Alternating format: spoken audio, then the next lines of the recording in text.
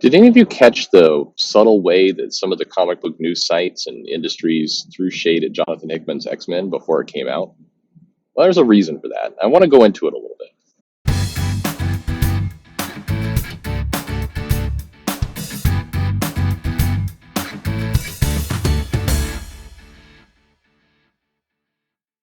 Hey there, this is Perch. If you consume the content from a lot of the comic book news sites, and shockingly to me, stats would indicate that not many of you do.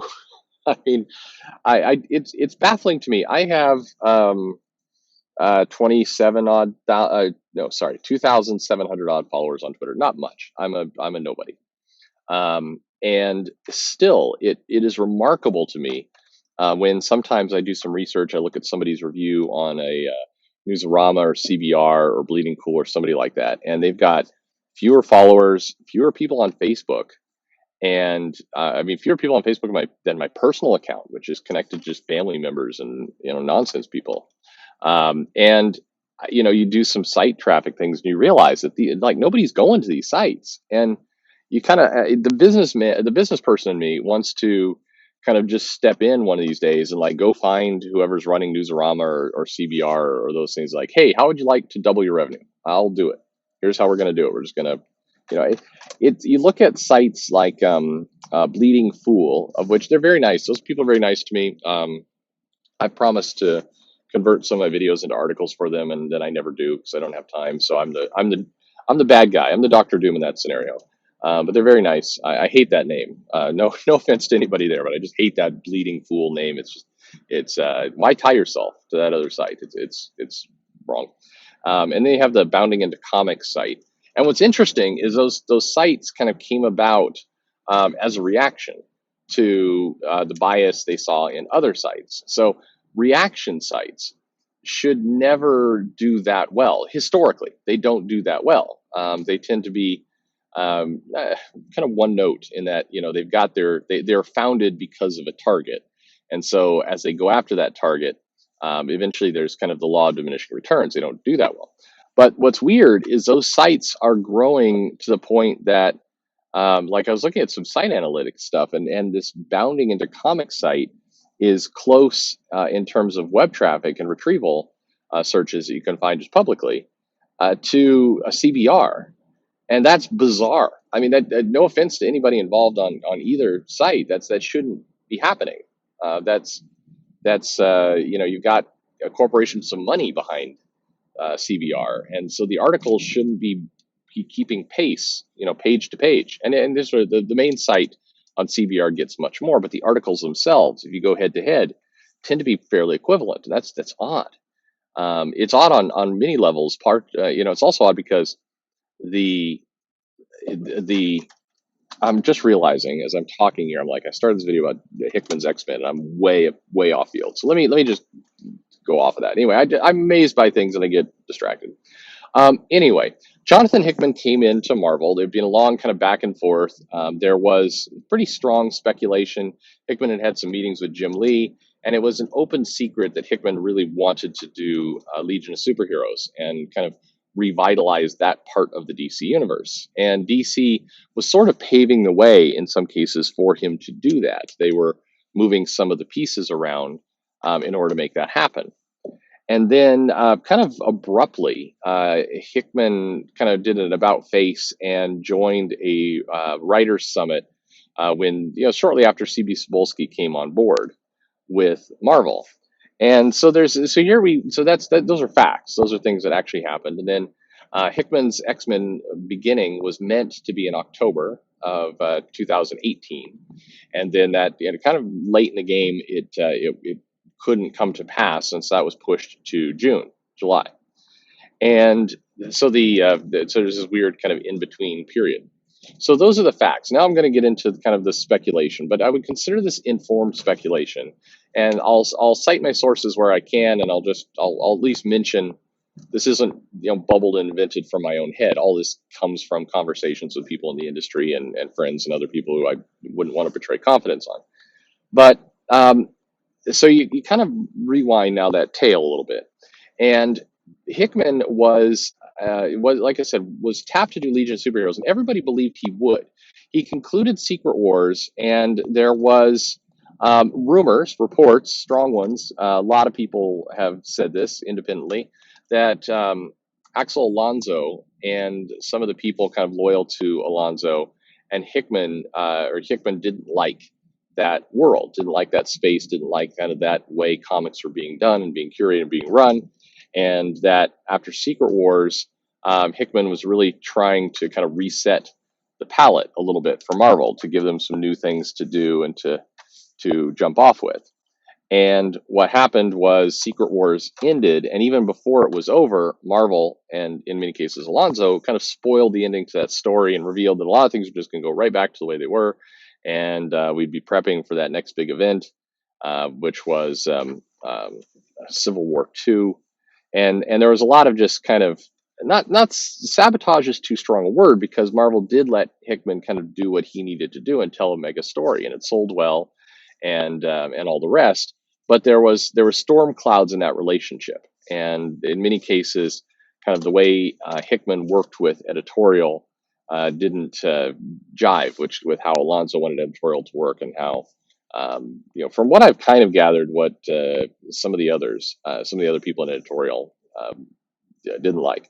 Anyway, so Hickman leaves, sorry, I should say, and then there becomes this opportunity after Hickman leaves, about a year after, where Brian Michael Bendis starts to get recruited by DC, and Bendis makes the big hop over and signs a pretty big deal and gets a lot of hype and a lot of promotion, and they're going to hype him like Kirby, and it was a big get by DC, and they gave Bendis almost an option of like, what do you want? Do you want our flagship characters? You want Superman? You want Batman? Everybody assumed he was going to take Batman, and he took Superman. By the way, after reading Event Leviathan, I mean, good Lord, I would hate that Batman. People bag on Tom King's Batman, but I'll take any kind of emotional struggle Tom King Batman over the Batman from Event Leviathan any day of the year, the week, whatever. Um, so at any rate, we don't know exactly. Now, here's where now I'm really wandering into a lot of speculation and rumors. I've heard rumors that Bendis and Hickman professionally get along, but there's some resentment between the two, or there's some issue between the two. Again, I've heard that in secret, and then when I'm more on the record with people, so to speak, or there's other people around, I've heard nothing but praise. Oh no, I respect him. He respects me. The two get along. No, no, no. That's internet rumors. But what is also true is that a number of the people within Bendis's, let's say, inner circle, that sounds too creepy, but his network, a lot of the people who live in the Pacific Northwest and Portland and other places, have repeatedly taken shots at Hickman's work. And they're usually kind of very backhanded compliment type shots, like, well, it's a good book for being so wordy. That was one of the most comical ones. One of the people who's very much a friend and part of that Bendis network was making the comment of like, Hickman's books are very wordy, and I'm like, you need to take a little look to the left there at your buddy, if you're calling Hickman books wordy. But at any rate, there's definitely something that jarred the relationship, and Hickman goes back to Marvel. CB Cebulski comes in, Alonso comes out. Again, all these things are not coincidental.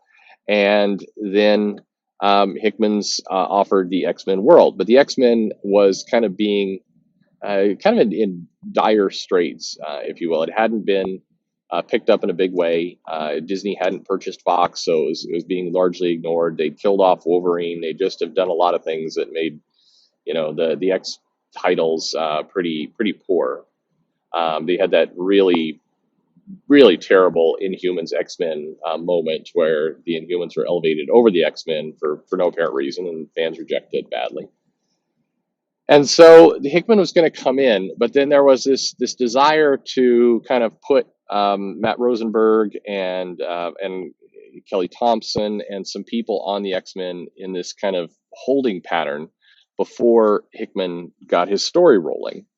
And what was interesting about that is these books, which Marvel claims, here's where the stories start to change depending on when you're hearing them. Marvel claims that this was always the plan, that we were always going to do it this way. I think there's some truth to that. I think they were in a holding pattern, but I don't think it was necessarily a lock that the Hickman deal was all wrapped up, final, solid. He was going to get. I mean, he was doing his research. He was getting everything in order. But I think there was at least some thought, well, either concern or hope within certain halls of Marvel that that would fall through, it wouldn't happen.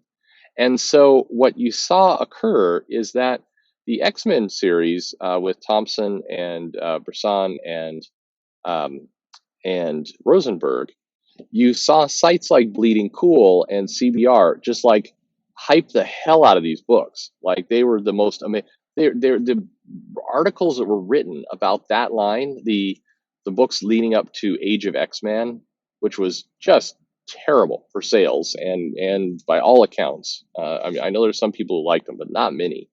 And then he had kind of the aftermath of what Rosenberg did, where he just murdered off a bunch of the X-Men for no real reason. Um, I remember reviews coming out that were talking about how this is this is the best the X-Men have ever been, better than Claremont. This is a run that will rival Claremont, said Bleeding Cool. And you're looking at that and you're like, no one in their right mind would write this. I mean, granted, everyone has their own opinion, but these issues that they were saying were were the best X-Men ever had, fill-in artists for half the pages. I mean, that final issue that Rosenberg did had Salvador LaRocca, badly tracing and like adding fingers to hands, like Cyclops is drawn with six fingers for no apparent reason. Just, I mean, really phoned in artwork. I think LaRocca is a good guy. I've seen him, met him, uh, high praise, but he seemed completely uninspired at that point. And so you have this happen, and um, and you have and then beyond him, you have all these fill-in artists in the book, and you have people hyping it like this is the best book ever in the history of X-Men. And why were they doing this? And then Hickman comes in, and his run starts, and it gets almost immediate fan attention. I mean, by issue 2, by Powers of X #1 and House of X #2, it was all anybody wanted to talk about. And yet you go to these sites, and suddenly the reviews are far more tepid. They're far more, well, he's doing some things right, but really don't like yet another. Oh, are we getting another retcon of X-Men history? Oh my God. Ugh. Oh, so wordy. No action. I remember that Jude Terra guy over in Bleeding Cool's like, I prefer my books with more action, with more actual things happening in them, and not just spinning wheels. Giving a comment about Hickman's X-Men, and you're looking at that and you're like, you're the guy who is like 5 stars. This is the best comic ever written for some of the Age of X-Men books and for Iceman by Cena Grace. You got to be kidding me. But anyway, but if you look into the history, a lot of these people. I mean, Matt Rosenberg wrote for Bleeding Cool. I mean, he's a line. Kelly Thompson wrote for CBR. It's where she came from, and there was a definite push to kind of downplay what was going on with Hickman and the X-Men, maybe in the hopes that it would tank and they could come back, maybe not. I mean, it's been sort of sad because again, a lot of these people are nice people. I mean, it's sad to watch the arc of Rosenberg, who I believe the guy, because I'd heard it long in the past that one of his dreams was to write X-Men. So he now sits on a very forgettable run that was derided by a lot of people for just randomly killing members of the team. And he had to watch his immediate successor be massively successful. That guy, and Hickman in turn took some very pointed shots at Bendis. Certainly some of the things that are going on, and some of the ways of like, I don't just kind of create a trash fire in comics. I try and do things that don't hurt the person who's coming in next to me. I mean, there's an ugliness to all that was amazing. But what was interesting to watch, and why I got distracted at the very beginning of this video down into the Bleeding Fool bounding into comics view, is the comic news sites out there, when they're willing participants toward kind of personal grudges or trying to kind of manipulate this or that with the writers, they lose a lot of credibility because it just, nobody, the Hickman event in addition to revitalizing X-Men, is going to be very interesting for some of these, as you watch the effect that occurs with some of these news sites and how things come out, because it's forcing a lot of changes in network. I mean, the reality is it's no secret at all that a lot of the sources for some of the big scoops that would come out of Bleeding Cool are these very same people, are the Matt Rosenbergs, are the Kelly Thompsons, are the people who came out of this world. That's who gives them the scoops. That's who gives them the time of day. That's who gives them the leaks in certain instances. Now, I'm not going as far as to say that, Matt Rosenberg, who is, again, a nice guy. I mean, he is a nice guy. And I do feel bad for him because he was put in a weird spot, and it wound up badly. But I'm not suggesting, just to be clear, that he is, deliberately whispering in the ear of Bleeding Cool, saying, "Hey, let's go screw this guy over here. Let's go screw Jonathan Hickman." I'm not saying that at all, but I am saying that this chain of events of these people and how everything comes about is not just coincidental. There was definitely a pattern to kind of how things were done, and a lot of it just comes down to personal bias. The people who are loyal to Bleeding Cool and CBR and some of these other sites, they stayed loyal to the people who got them there. And you get it. There's nothing there. I respect the loyalty, and everybody should. So I think that's fine. But it's been interesting to watch, and I think there's a lot more change that's going to come over the next 2 years as new networks survive. I mean, the story from 2018, 2019 is got to be that amid massive hype, Brian Michael Bendis went to DC and largely flopped. He's there. He's still selling books, and Bendis is a marathon. He's not a sprinter, so things will pick up, I'm sure. But the thought that he was going to come in and create the new epic era for Superman has not happened by any stretch of the imagination. Has not happened.